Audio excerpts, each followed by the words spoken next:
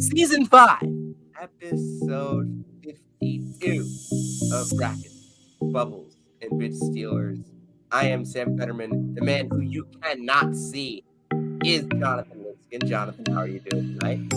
I am doing, I'd say fine, Sam. I'm very, very tired, which is why I have my camera off to begin with. It's been a very long weekend, and it's not quite over yet. Very professional, Jonathan. Very professional. We're gonna try and keep this show to about 30 minutes, Jonathan. Do you think we can do that? Yeah, hopefully. Last time I said that, we ended up going an hour. Listen, I have the last couple of days, I have been in a basketball gym for 13 hours, both Saturday and Sunday. I have woken up at 5:45 and 6 o'clock, respectively, each of those days. And I have yet to see sunlight since about, sunset on Friday. Sunlight is a myth. All right, DeRosa, how are you? I didn't even get to introduce you. Michael DeRosa is here with us. I'm living life, Samuel. Yesterday was fun. Thank you, Jaden Daniels. Thank you, Mixed Martial Arts. And today is going to be fun because I'm on with you guys. That's so special for you to say that. Thank you, DeRosa. All right, the smile's creepy. Knock it off. Oh my god, dude. Knock it off.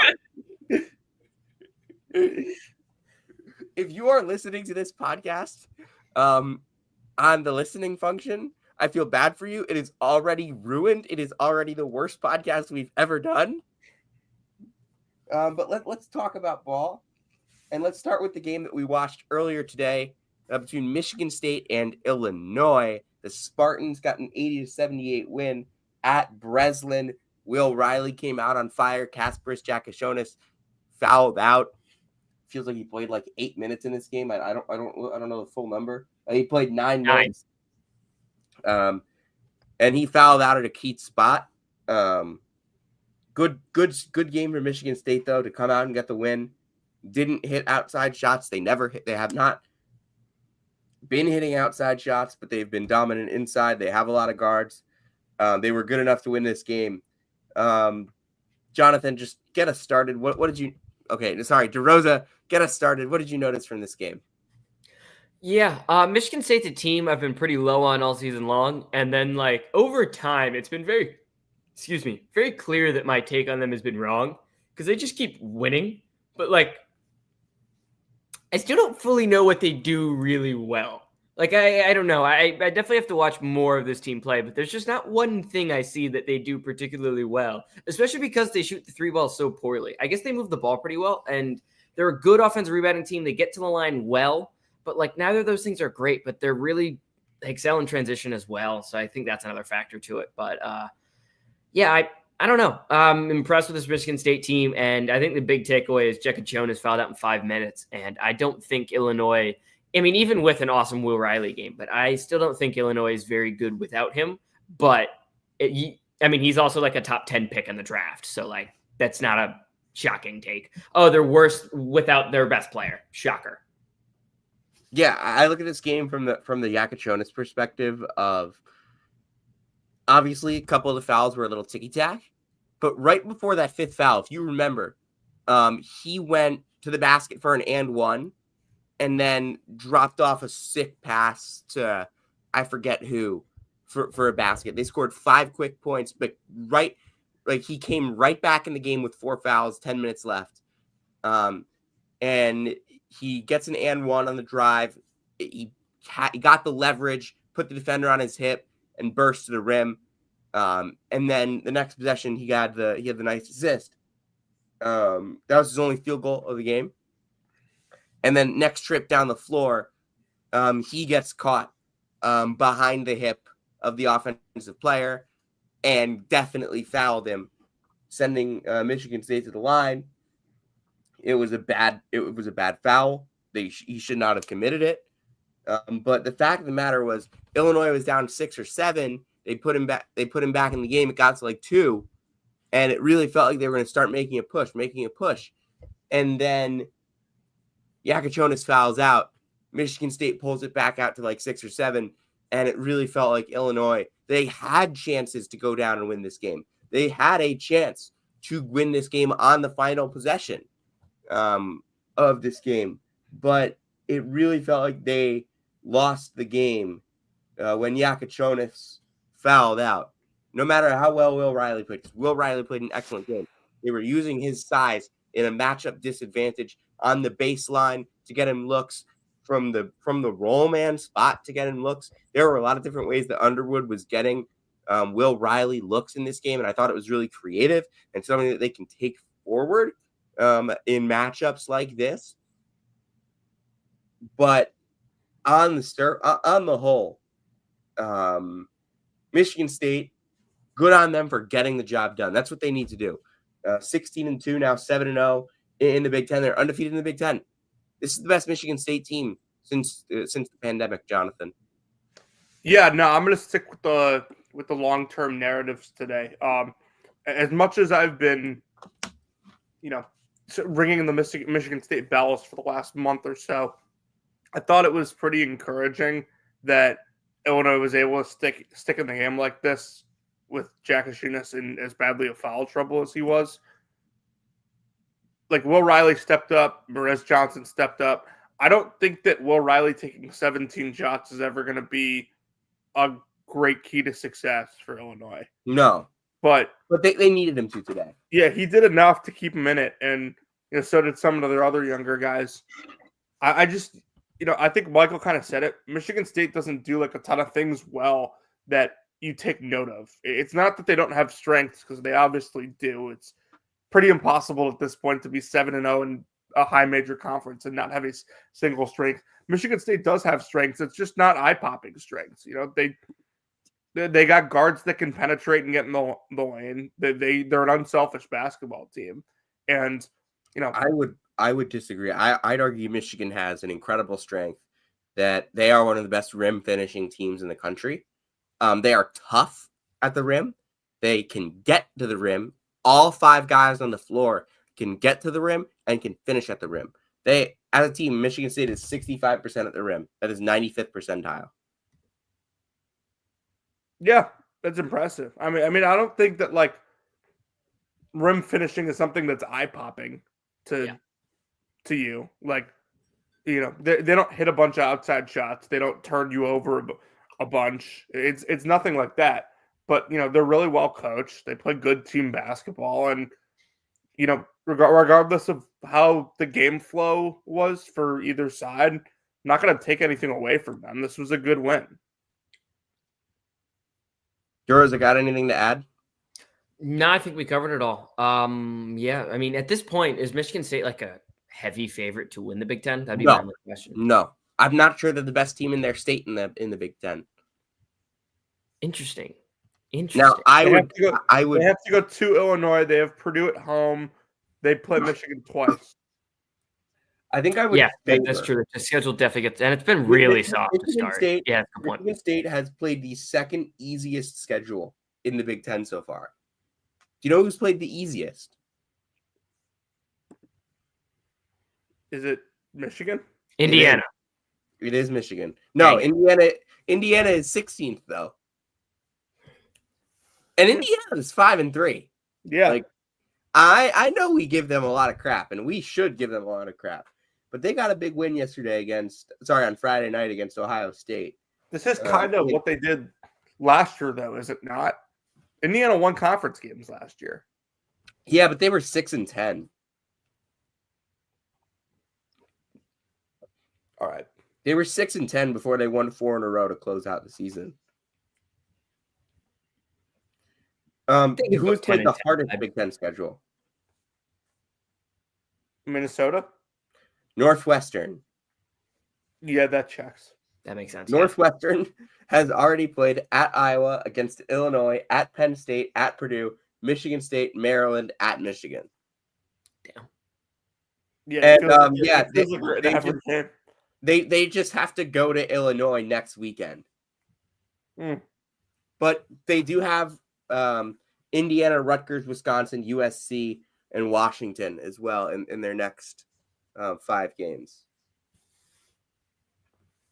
So in their next 6 games. That is all around the Illinois game next Sunday, which will be the 3:00 game on Big Ten Network. What's the noon game next Sunday? Oh, God, Maryland, Indiana. They're playing on Sunday? Yeah. Big Ten They're Sunday. playing on Championship Sunday? Big Ten Sunday. They do this on Oh, Super Bowl. of course. Yeah, no. That's a great strategy to get viewership. Let's compete with the NFL championship round. The only weekend that they don't do this is like the Super Bowl. And they shouldn't do it this weekend either. These should be the To two. be fair, they do have Big Ten games on Super Bowl Sunday. They're those are like the dumb lead-in games to the Super Bowl. Those are always fun. It's like Ohio State finds a way to blow a lead against someone every year. This year, it's going to be Nebraska. You remember like 4 years ago when they played that random like Cal-Stanford game after the Super Bowl ended? No, I don't remember that one bit. Maybe it wasn't Cal-Stanford, but there was a game like after the Super Bowl ended. February 7th, 2021. Is that what you're saying? Yeah, it may have been 2022. Hold on. What Super Bowl 2021? Yes, that was the year. Let's see. 10 p.m. Dude. Cal-Stanford? Cal-Stanford. Stanford 76, Cal 71. My brain does weird things sometimes. Jonathan, who was the leading scorer for Cal in that game? Cal-Stanford in 2021? Oh, man. Devin Jonathan, how many players can you name from either team in this game? Devin Askew hadn't even been called an all-time great at Texas by Chris Beard yet. No, I think that was the previous offseason. Who was the leading scorer for Cal in that game? I mean, 2021. So that was the year. Like, both those teams stunk. I mean, Jonathan, I have no idea, Sam. Is that Harrison Ingram's Stanford team? No, this is the year before Harrison Ingram. So then it was the other kid who went pro. I can't think of his fucking name. Oh my god. I know who you're talking about. It was a point guard. Yeah, it was the guard who like got late buzz declared early and very clearly wasn't ready to be a pro. He was, yeah. I mean, he had a good year. Davis? Is the name Davis coming to mind for some reason? Completely blanking on his name. Sam, no, it's not Davis, but I know who you're talking about. Can you just tell us who it is, Sam? You clearly have the box. You're thinking of Zaire Williams. Yes. There was another like Stanford guard though that went pro like the year before, yeah. I think. The year before? Tyrell Terry? Yes. Tyrell Terry, yes. He was a dog. What I was thinking of. All right, Jonathan. The leading scorer for Cal in this game was Matt Bradley. Huh. Dude, him being at Cal had like totally been erased from my memory. Yeah. Dude, he played 3 years at Cal. I know, and it was totally erased from my memory. It's kind of like it wasn't erased from your memory. You just don't remember it. Like, it just didn't happen for you. He entered your mind when he started playing at San Diego State. Correct. Actually, yeah. No, you're 1,000% right. All right. Move on. Stanford's leading scorer in that game has a younger brother who is currently in the NBA.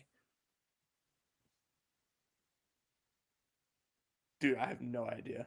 Oscar Da Silva. Oh yeah. Yeah, that makes a lot of sense. Fun fact, I watched that Super Bowl at 2 a.m. Where were you? I fell asleep. So you rewatched Did you know what happened? No. I did not know what happened. You honestly didn't miss much. What? You didn't miss much. No, I watched the game. Like, I watched the full game. I know. I'm just saying, if you had chosen not to watch it at 2 a.m, you wouldn't have missed much. I knew I had to do that just because of like some logistical fallacies. I didn't get much sleep the previous couple nights. I was doing a lot of work.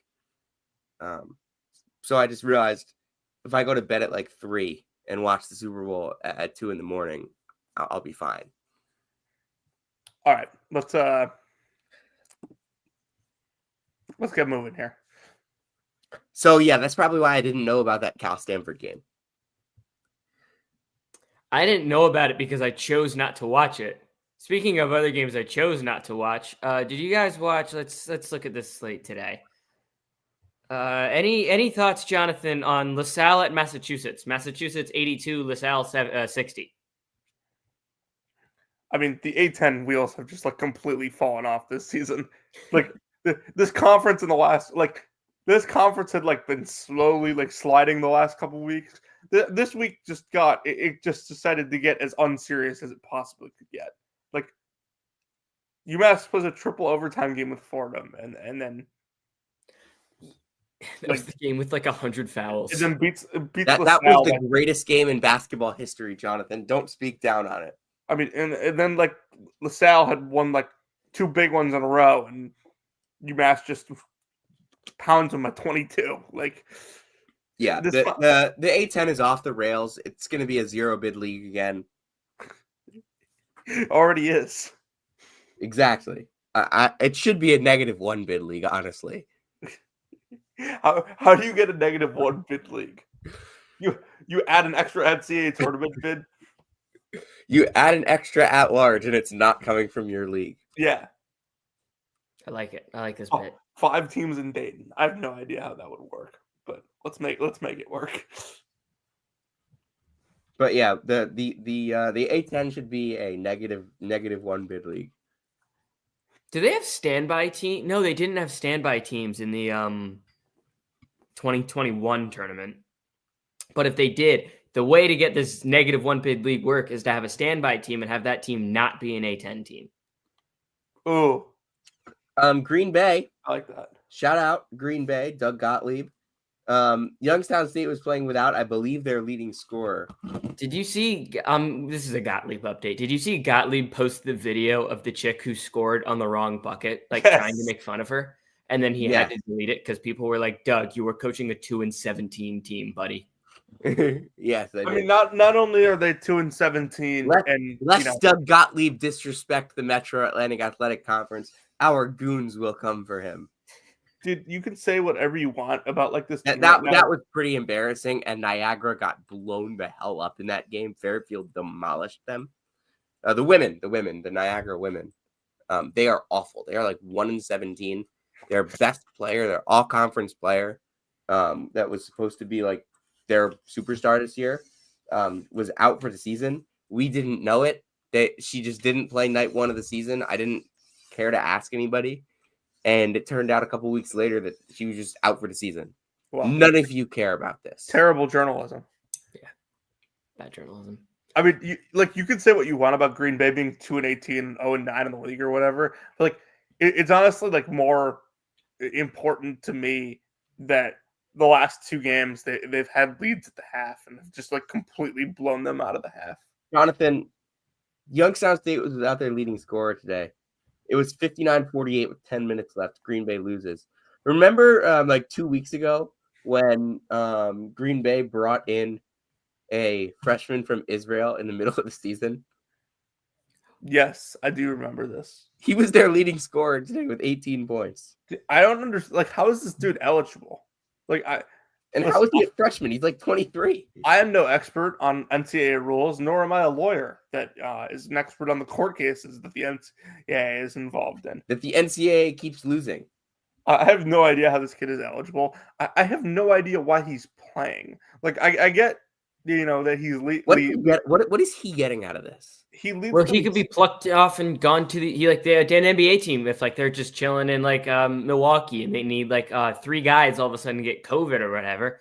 They can just be like, Mr. Levy, you're in town, you're on the team now. And he's not in town. He's in Green Bay. They drive him up there. Gottlieb would do it. They would drive somebody from Chicago before they did that. No. This guy's NBA eligible. Those guys aren't. This guy is right now. They need him on 37 minutes notice. He's there. This is 37 amazing. minutes. Like 2 hours and 37 minutes. Brooks Barnheiser's NBA eligible.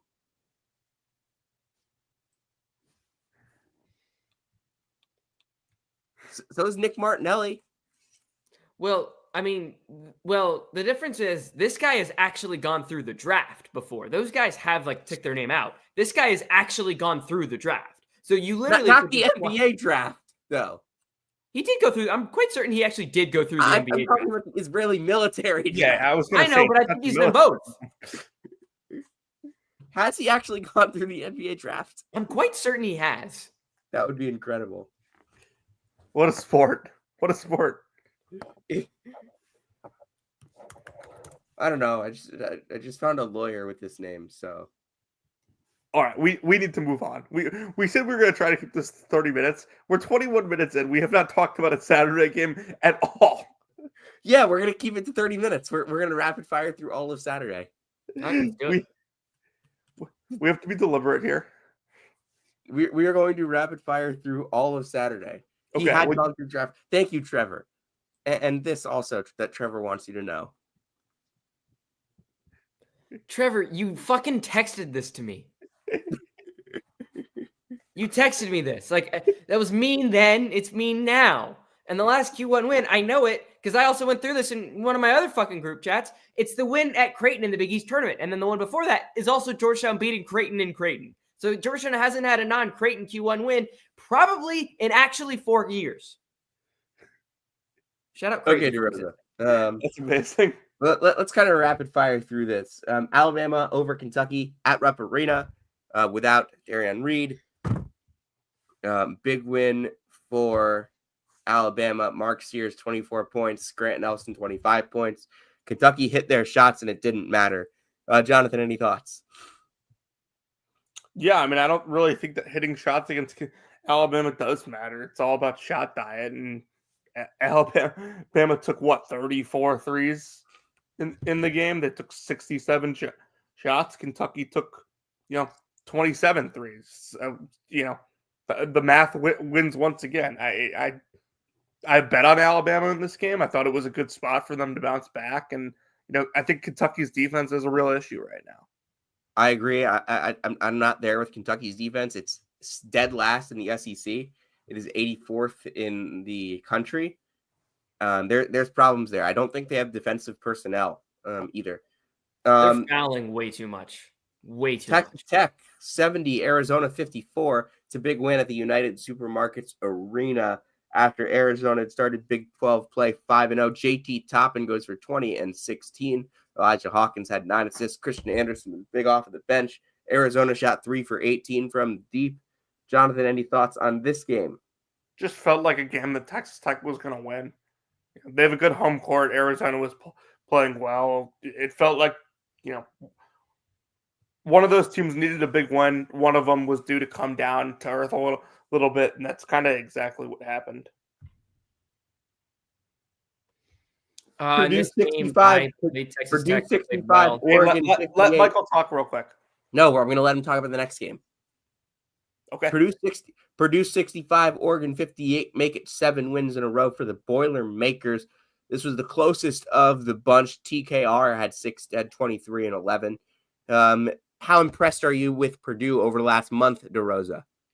Purdue looks good. More of my takeaways on this game were from the Oregon side. They don't have a ton of offensive punch. I don't think they have one dominant scorer at this point. Kind of think their best guy is Nate Biddle, but he was on and off in this game. TKR, I mean, you mentioned it was dominant. He was excellent. Braden Smith is just really solid, but this game was decided because Oregon went on a 10-minute drought to begin the second half. I think they scored on their first possession of the second half, and then I don't think they scored for the next genuinely 8.5 minutes. And that's why. By the way, this was a 3:00 game. I didn't realize that this was a 3:00 game, so I went looking for it at 8:30, assuming that it was going to be a later game. And I couldn't find it. I'm like, what happened? Wait, when's the Purdue-Oregon game? Then I looked back and said it was a 3:00 game. And I'm like, oh, crap, I got to watch the highlights. It was on Peacock. Shout out to Peacock. Yeah, I'm a crappy fan.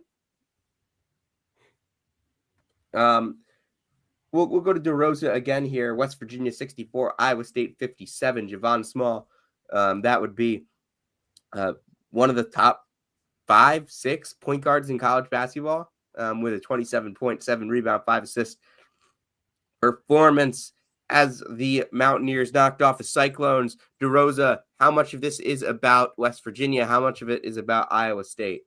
I mean, Iowa State shot, 1 of 19 from 3 in this game? I don't have the box score in front of me, but it was something 1 of 17. 1 of 17, yeah. So I would say this is more about West Virginia. West Virginia's defense is excellent. I remember looking at it earlier, too. Iowa State only had 4 assists. I didn't watch this game. I'm have to go back and rewatch it. But to me, it sounds like West Virginia did a really good job of denying shooters on the perimeter. Without Momcilovic, Iowa State doesn't have that other shooter. So you're able to deny and then kind of pack it in a little bit and just defend well. And this is a really, really well-coached West Virginia team. And Javon Small's a star. Do we know when Tucker's coming back? Or like, we don't know if Tucker's coming back. He's on the LJ Cryer timeline, right? Yeah.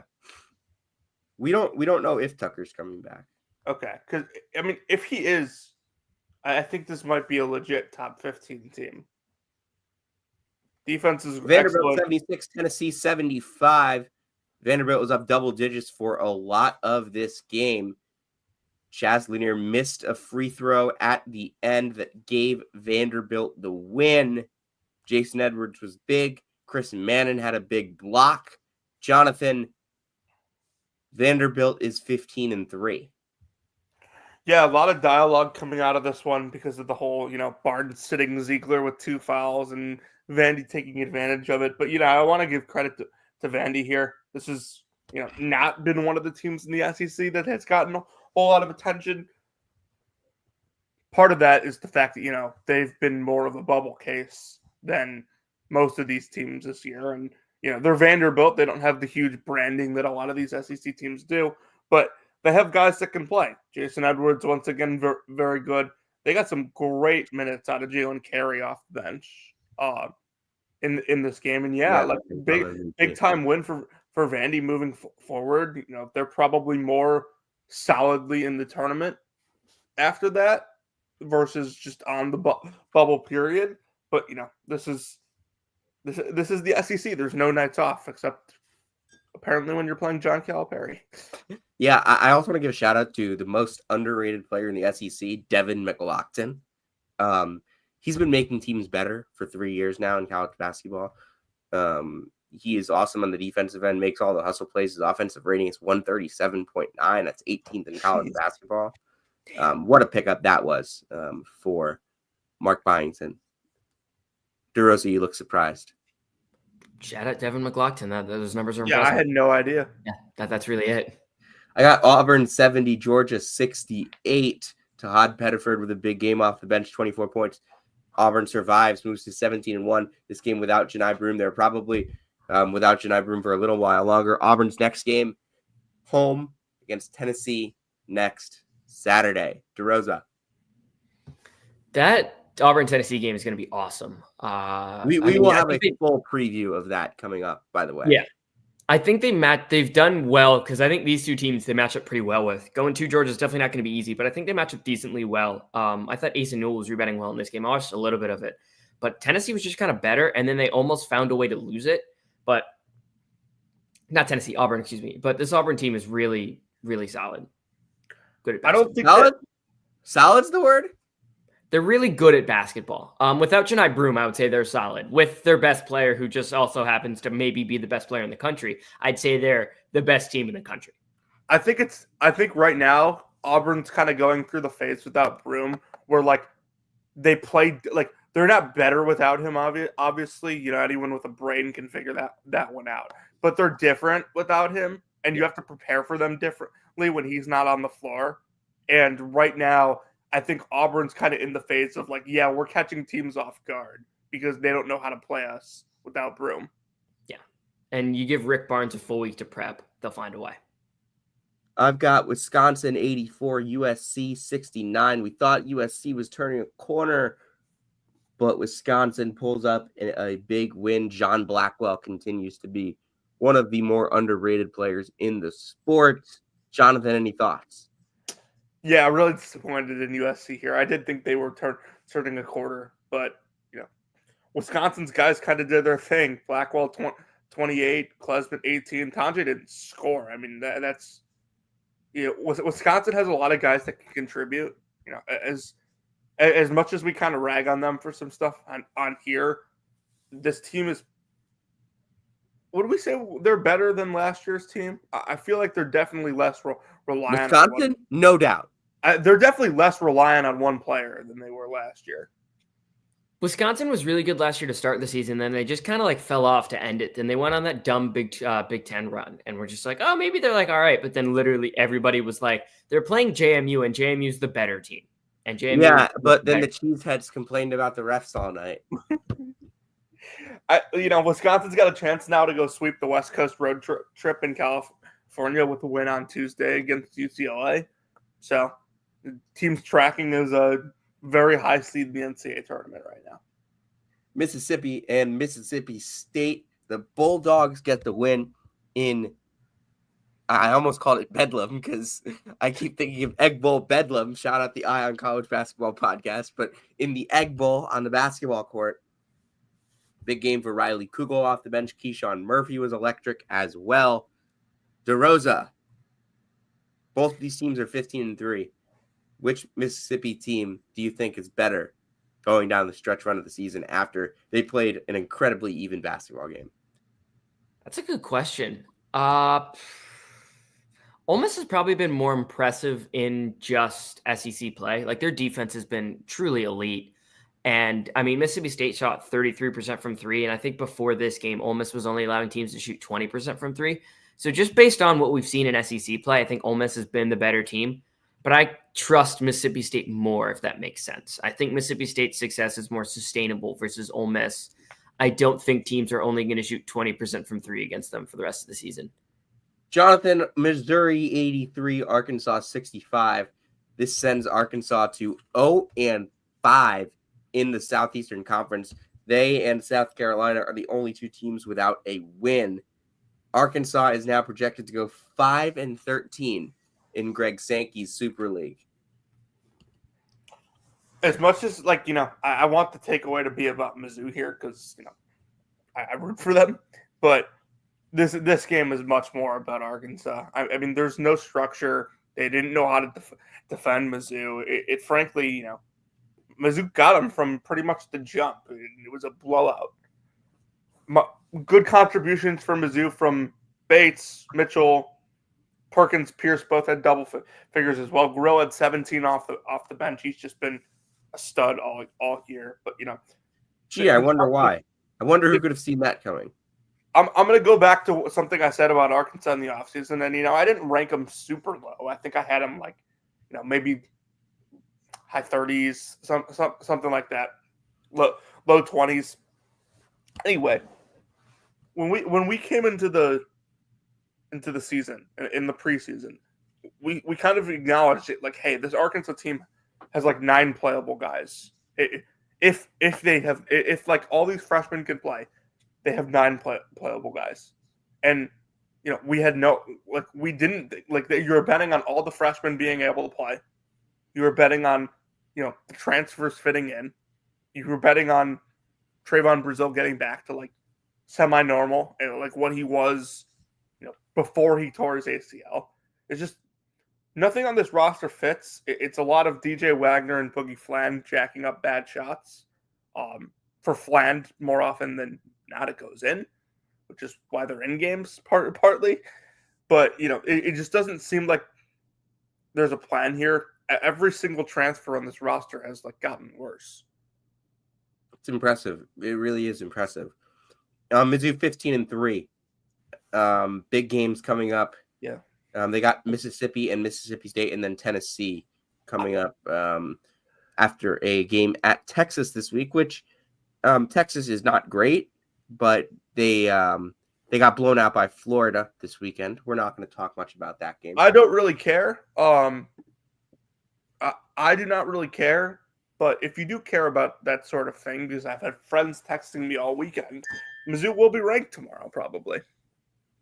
I believe that they should be. A team that I'm not sure should be ranked in its current state, the two-time reigning national champion UConn Huskies, who are awful without Liam McNeely. Yeah, why don't you take this one, Sam? I mean, they're just not good without McNeely. They don't have as much offensive structure. They don't have as much shot making. They can't get into their sets. McNeely is so key for all of the actions that they run.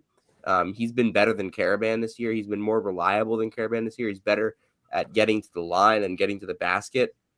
He's a 45% free throw rate guy. at 6'7" that shoots 38% from three, doesn't turn it over, grabs rebounds. He's super tough and he's a good defender. UConn doesn't have enough of that. Jalen Stewart he's really, really trying. He's doing everything he can. He's just not good enough on both ends to do it. Solo ball can hit a ton of shots. He's not good enough attacking the basket to do it. He's a 20% free throw rate guy. Caravan is a 27% free throw rate guy. This is their stable score. UConn got to the line 5 times in this game. 5 times. And I know a lot of that is how Creighton defends, and UConn got a lot of easy paths to the basket early in this game. But also, first couple possessions of this game, UConn should have had 7 points. They had 2. And that cost them. That cost them. They had a wide open layup they missed, and then a wide open 3 that they missed in the first 2 possessions of this game. First 3 possessions of this game. They lost by 5. I will say, gutty performance by Creighton. I thought Diarra was fouled in his shooting motion. That's what I thought personally. It's controversial, but I'm not mad. Creighton was a better team this game. Creighton was the better team. Yeah, Creighton was the better basketball team. There's no doubt about it. Jemiah Neal was awesome. Just awesome. UConn had no answers. Couldn't stop him. If you watch Liam McNeely in high school, like even on a team as loaded as the one he was on, some kids you could just tell they move different, and McNeely is one of those kids. Also, UConn could not establish Terrace Reed at all in this game. That is what happens when you go against Ryan Kalkbrenner. Just no luck doing it. And Terrace Reed has been bad since Big East play started, aside from the Xavier game. And he was a pretty important piece early in the season. It really makes UConn's post presence poor when they don't get much from Johnson and they don't get much from Reed and they don't have McNeely and Caravan. The game really isn't open for him. He's not played particularly excellently recently. You just look at this roster right now without McNeely, and it's just not that good. Like they're not good without him, and like that says a lot. Like this team is already not good defensively with him. They are a good deal worse offensively without him as well. It makes them a lot easier to prepare for, and the whole thing about UConn these last 3 years has been how hard they are to prepare for. Yeah. I mean, last 3 games for UConn, they've scored 66, 68, and 63 points.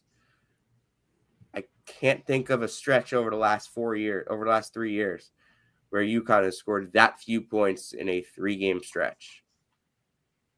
Looking back right now, I cannot find one. There was 80, 62, 66.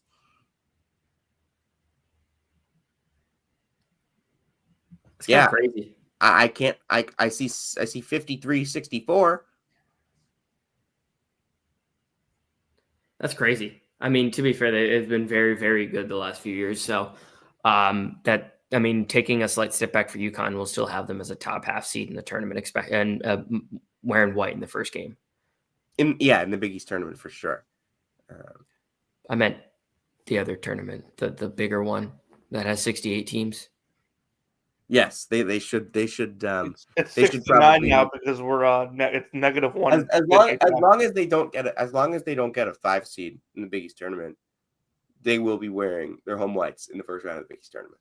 Which they won't get the 5 seed. I know they're going to get the 3 or the 3 probably.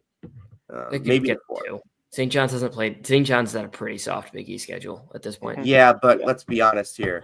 A soft Big East schedule is still. They haven't played Marquette or UConn yet. Yes, but like outside of that, what are we really looking at for them? And UConn has already lost 2 games to not Marquette or St. John's. I mean, they could lose at Villanova. They could lose at Georgetown. They beat Xavier at Xavier. St. John's, Marquette, and UConn have not played each other yet.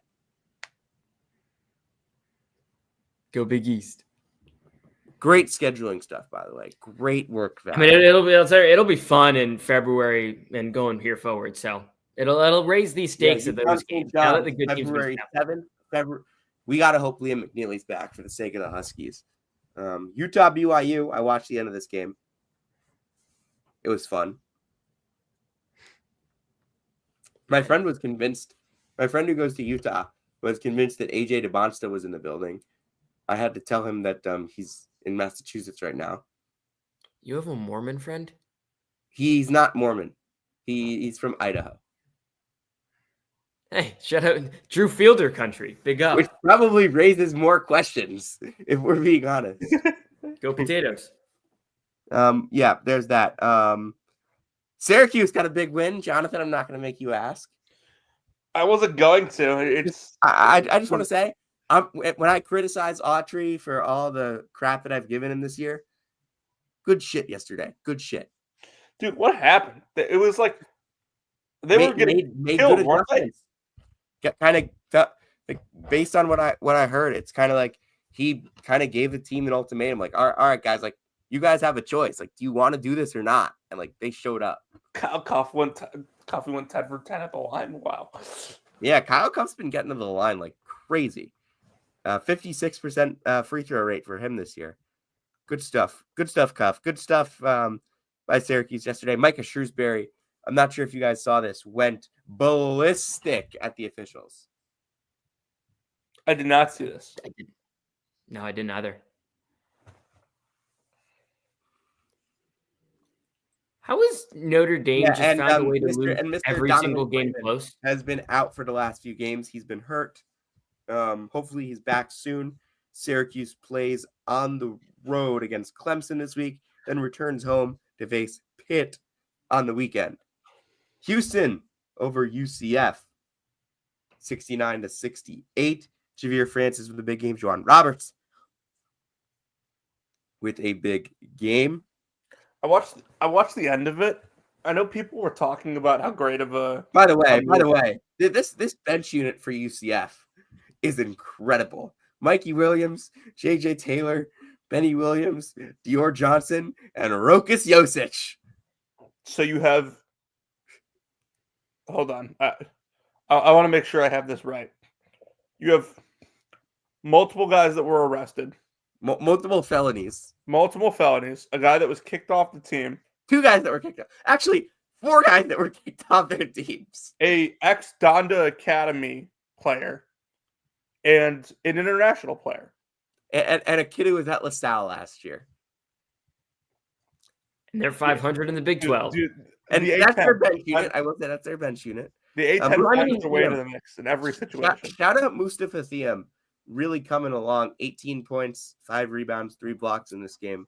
We can also talk about how UCF's best player was a guy who just decided to sit out last year because he knew he was going to transfer. He just sat out the last 5 games of the season. Yep. That ankle injury was real serious, I heard. Dude, oh my God. He had a really bad case of portalitis in his knee. Yep. the 4 minutes in that St. Joe's game. I did watch the end of this, by the way, and like I know people want to talk about like the move that Roberts made to win on the game. I thought it was really bad by UCF to let him catch the ball where he did. It was. It absolutely was. Jonathan, anything you want to add before we go? Because I have a couple stuff.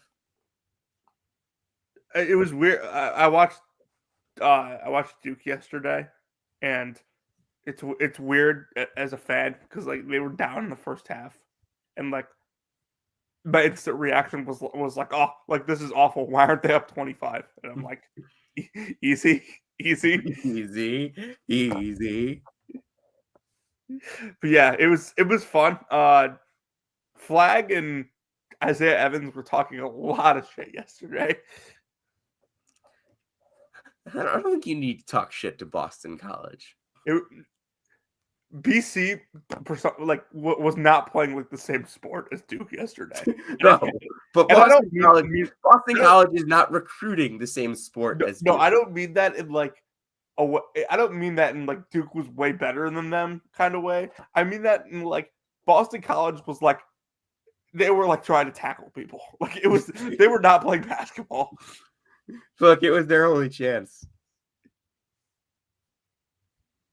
Boston College now 1-6 in the ACC. Their only win is against a Miami team that might be the worst team ever. And then the other By one, the way, Jonathan, where does Miami rank in KenPom defense? 342. Oh my God, it's 341. Okay, dude, I'm really good at some of this stuff.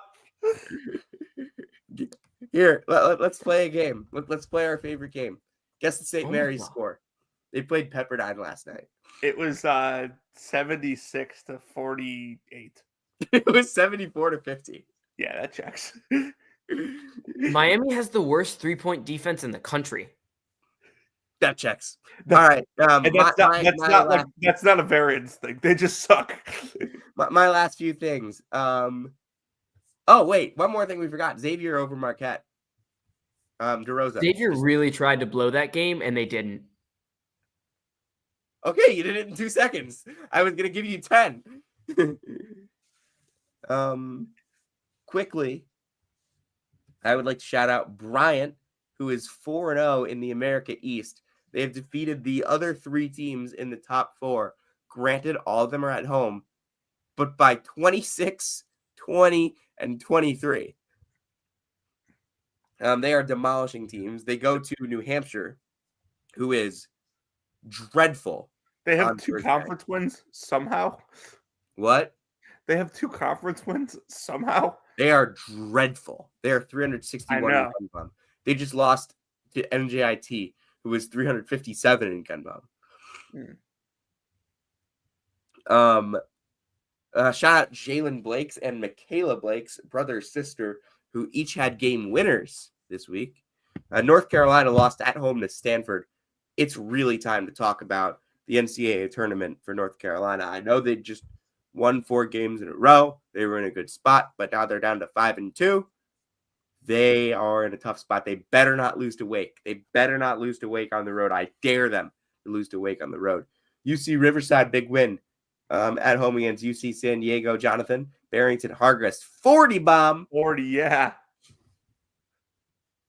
How about that? And St. John's, 79-51 win over their rival Seton Hall on the road. A much less chaotic game than the last time those 2 teams played at that arena. I'm not sure if you remember that one, Jonathan, but Seton Hall went on a 28-0 run last year. I actually don't remember that one. It was a Tuesday night. I think we had Jaden on to talk about it post game. That's insane. DeRosa, do you remember that game? The game Pitino couldn't coach because of something. And Masiello was the guy on the sideline. Oh, yeah. Rick Pitino is just he's just content. Rick Pitino update. Yeah, it's great. God, I love Do you still do those? Every once in a while. Like this week, he just decided to say, like, he went up to he's just like, yeah, RJ Lewis and Davon Smith are going pro after this year. It's like, Rick, we're in January, man. We're in January. Yesterday, he comes out and says, yeah, if the money were close, he'd be playing for Shaheen. Yeah, what crazy. He came out in December and said, yeah, Vincent Ichukwu's going to transfer after this year. It's like, thanks, Rick. Rick Pitino is unbelievably content-filled. Oh, but by the way, Vincent Ichukwu has been playing minutes for St. John's. Yeah. By the way, total kind of switch today. There was something else I wanted to quickly mention. Baylor has moved off of the fake sharp list to just fake. They just stink. Yeah, that was a bad performance today. They were up the entire game and they blew it. Just back to some Friday stuff. Shout out New Mexico. Shout out the Demons. Shout out the Mons. Sorry, DeRosa. There was a lot of Ohio State. DeRosa, turn your camera back on. There was a lot of Ohio State discourse on Friday. I don't really have any left. And shout out Villanova for defeating Providence. That should not be a win that gets a shout out. I'm not sure why I gave them a shout out. Shout out Eastern Michigan for being caught up in a point shaving scandal. What? You didn't see this? No. Oh, we have a new what's it called? Someone's gonna have to send me that. Also just some stuff from the week, because I know we haven't potted since Tuesday. Big ups Iowa State for the win against Kansas. Big ups Northwestern, Brooks Barnheiser's buzzer beater. I know both those teams lost this weekend. Nick Martinelli's buzzer beater. Yes, Nick Martinelli's buzzer beater. Who did I say? Brooks. Okay, I'm glad that I said Brooks Barnheiser and not like some random person. Yeah, because I was halfway to saying TJ Minsky. Brooks Barnheiser, the first player to ever have a double-double after being pronounced out for the season 6 hours prior. By a burner account. I know the kid who runs that burner. I know who it is. I know him. Are you kidding me? I'm dead fucking ass. He was a Butler student. We are ending this call right now. Jonathan, take us home. Why is he a Northwestern fan? Jonathan, take us home. We'll get to Jonathan, this. We'll figure it out right after. Jonathan, take us home. If you came to hear about Tyler, turn your camera on. Turn your camera where he's working, you came to the right place. If you came to hear about, former Butler students, you came to the right place. And if you came to hear about Caleb Grill and the latest happenings with him, you came to the right place. This is season 5, episode 52 of Brackets, Bubbles, and Distillers, and we'll